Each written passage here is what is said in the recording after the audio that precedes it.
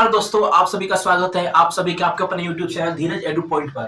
तो दोस्तों हम लोग पढ़ रहे थे कंपेयरिंग क्वांटिटीज क्लास 8 का एक्सरसाइज 7.1 हमने कंप्लीट कर दिया। अब बच रहा है क्या एक्सरसाइज 7.2।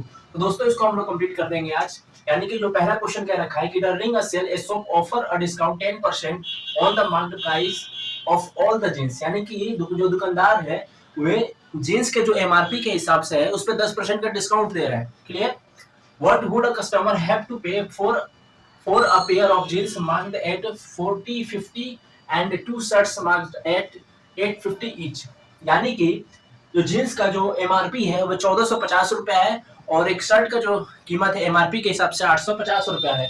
हमें दुकानदार में डिस्काउंट 10% देने के बाद दुकानदार जो है 10% डिस्काउंट देने के बाद वह कस्टमर से कितना अमाउंट ले रहा है इसके बारे में हमें बताना है। क्लियर। तो चलिए सोल्व करते हैं इसे। तो लिखेंगे मार्क्ड प्राइस ऑफ जीन्स कितना है जी 1450। इस पे डिस्काउंट 10% का है 10% ऑफ 40, 50। 10% होगा तो ये 100 हो जाएगा 10/100 और ये आपका जीरो से ये जीरो चला गया और ये जीरो से ये भी चला गया। यानी कितना हो गया डिस्काउंट 145 रुपीज का। तो जो हमें जीन्स का हमें जो मिला यानी कि सेलिंग प्राइस यानी कि जो दुकानदार ने बेचा जींस को selling price of jeans rupees 145 minus 145 rupees. तो कितना हो जाएगा हम लोग का। तो 1450 में से 145 माइनस करोगे तो 5031 यानी रुपीज 1305 रुपया। क्लियर। अब देखते हैं क्या। अब इसके शर्ट के बारे में जानेंगे। डिमांड प्राइस ऑफ शर्ट जिसका कितना है 850। लेकिन हमारे पास कितना शर्ट है 2 शर्ट है तो 2 शर्ट्स लिखेंगे। इसको 2 से मल्टीपल कर देंगे तो 85 इंटू 2 होता है 170 और एक जीरो यहाँ पर एक जीरो यहाँ पे लगा देंगे। ठीक है। यानी कि 1700 रुपए इसका मार्केट प्राइस है दोनों शर्ट का। इस पे डिस्काउंट इन्होंने 10% दे रखा है 10% डिस्काउंट है तो हमें कितना मिलेगा डिस्काउंट में। तो 10/100 मल्टीपल 1700 जीरो से डबल जीरो कट गया यानी 170। तो सेलिंग प्राइस ऑफ 2 शर्ट्स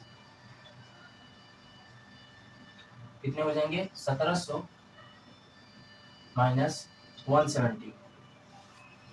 तो 1700 में से 170 माइनस करेंगे तो 036 में से 1 जाएगा तो 5 ये रुपीज 1530।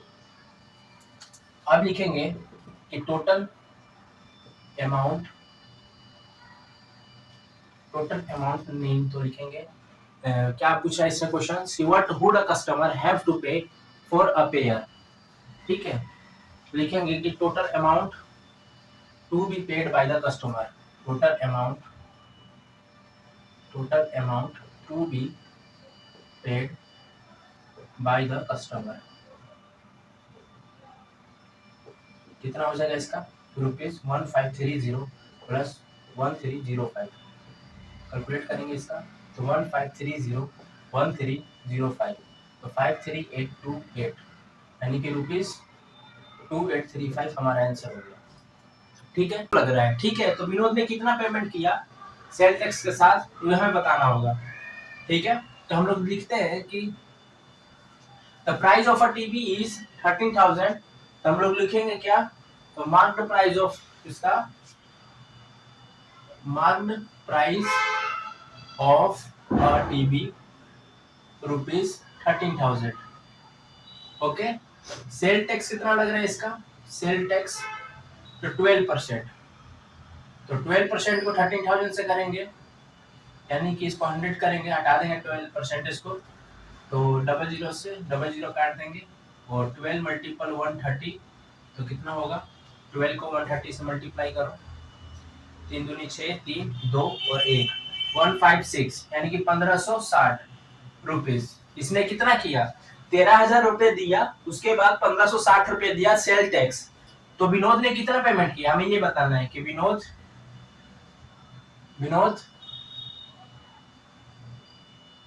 पेड बाय टीवी कितना हो गया जी 13,000 प्लस 1560 ऐड करेंगे तो कितना हो जाएगा, 0 का 0 6541, यानी कि 14,560 विनोद ने पेमेंट किया।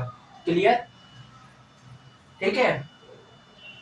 तो विनोद किसके मतलब इसने पेमेंट कर दिया, amount that Vinod will have to pay if he buys age, ठीक है, पेमेंट बाई 14,560। अब देखते हैं, Arun bought a pair of skates और at a sale where the discount given was 20% if the amount he pays 16,000, find the marked price। अच्छा, MP निकालना है हमें, ठीक है, मार्क्ड प्राइस। देखिए एमपी निकालने का फॉर्मूला है कि सेलिंग प्राइस इनटू 100 और 100 माइनस का डिस्काउंट। क्लियर, तो हमारा जो है इसका क्या कहते हैं, इसका selling price boat a pair of stage इतना किया, तो इसका जो सेलिंग प्राइस है वो कितना होगा इसका, तो 16,000 होगा। कितना होगा, 60,000। तो सेलिंग प्राइस ऑफ स्केट्स कितना हो जाएगा, ₹16,000। इस पे क्या किया गया, डिस्काउंट दिया गया, कितने का, 20% का। तो डिस्काउंट हो गया 20/100 मल्टीपल 16,000, डबल जीरो से डबल जीरो काट देंगे, तो 16 दूनी 32, 3200 रुपए हो गया डिस्काउंट। क्लियर, तो इसका जो से मार्क्ड प्राइस कितना होगा, तो सेलिंग प्राइस कितना है हम लोग का 16,000 और 100 हो जाएगा, और नीचे कितना हो जाएगा 100, और डिस्काउंट कितना है 20%, तो हो जाएगा कितना, तो ये जैसा है इसको वैसे ही लिखते हैं, 16,000 मल्टीपल 100 और ये आ जाएगा 80%। कितना आ जाएगा, 80%। तो 80% आ गया है, तो इसको क्या करेंगे हम लोग, तो ये तो काट देंगे हम, ये 0 से 1 0 कट गया, ये 200 हो जाएगा, यानी कि कितना हो गया ये इसका एमपी का, कि 200 और ये 100 हो गया, यानी कितना हो जाएगा इसका 1 2 3 4 20,000। इसका एम कितना हो गया, एमआरपी कितना है इसका 20,000, ठीक है।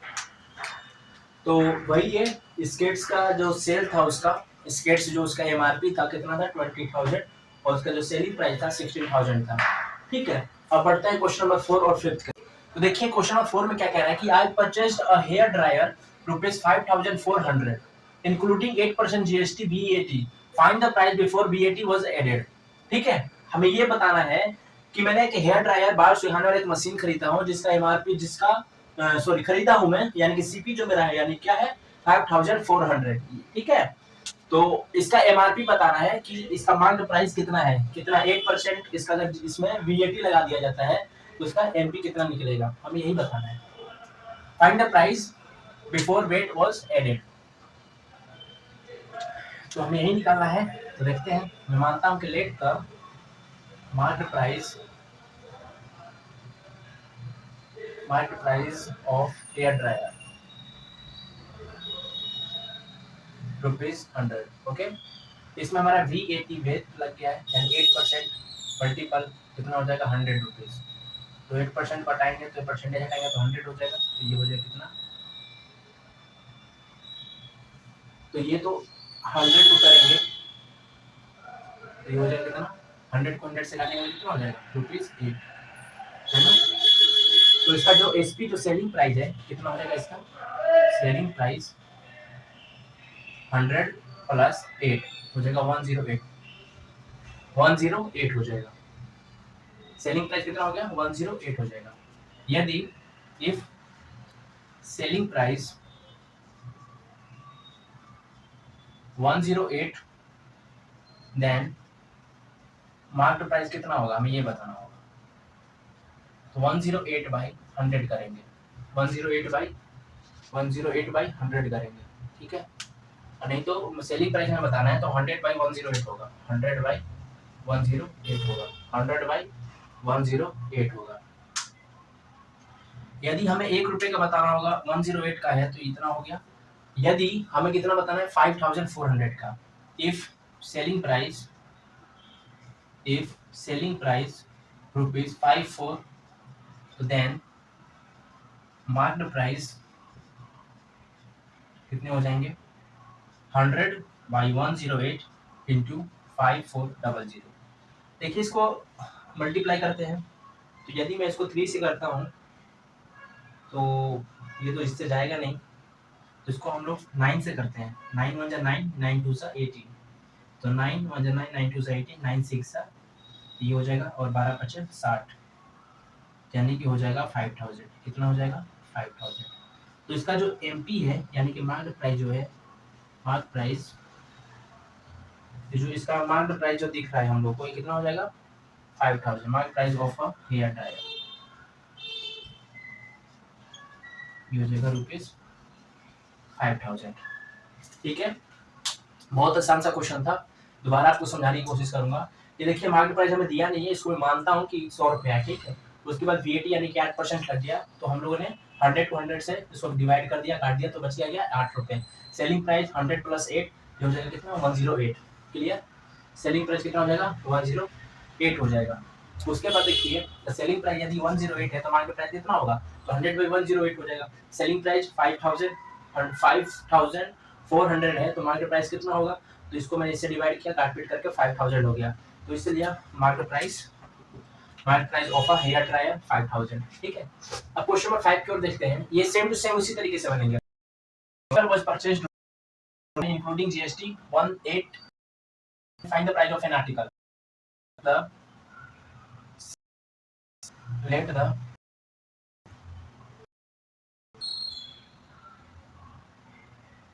of an article ₹100, GST इसके अंदर इंक्लूड हो चुका है, तो 18 × 100 तो हो जाएगा कितना, तो सेलिंग प्राइस कितना होगा इसका, सेलिंग प्राइस तो 100 + 18 यानी कि 1। ठीक है, if selling price ₹118 then marked price 100/118. If selling price is ₹1239 then marked price 100,118 into 1239। तो देखिए 100,118 into 1239 को डिवाइड करते हैं, तो ये किससे जाएगा जी 11, तो देखिए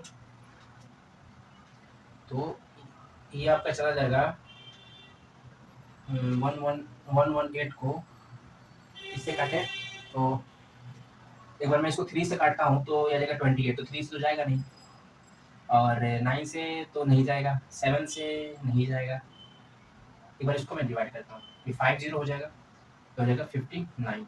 ठीक, 59 हो गया। अब 59 को मैं डिवाइड करता हूँ किससे 1239 से, तो 59 को मैं 2 से करता हूँ, तो ये 18, 10 से 11, 118 आ जाएगा 59, तो कितना आ गया 21 यानी कि 21, कितना आ गया 21, सो 50 × 21, तो 21 × 5 = 105 होता है, एक 0 चिपका देंगे, तो लिखेंगे कि marked price of an article ₹1050, ये हम लोग का आंसर है। ठीक है, तो उम्मीद करता हूं कि आपको एक्सरसाइज 7.2 आपको समझ में आ गया होगा। तो मिलते हैं नेक्स्ट वीडियो यानी एक्सरसाइज 7.3 में, तब तक के लिए इस वीडियो को देखते रहिए। अगर कोई भी इसके बदले आपको और भी अधिक क्वेश्चन चाहिए, इसके एग्जाम्पल चाहिए, इस तरह का प्रैक्टिस करने के लिए आपको चाहिए, तो कमेंट बॉक्स में जरूर बताएं, ताकि मैं दूसरे क्वेश्चन इस टाइप का CBSE बोर्ड में जो पूछा जाता है वो मैं बता सकूँ। ठीक है, जब तक के लिए thank you, thanks for watching.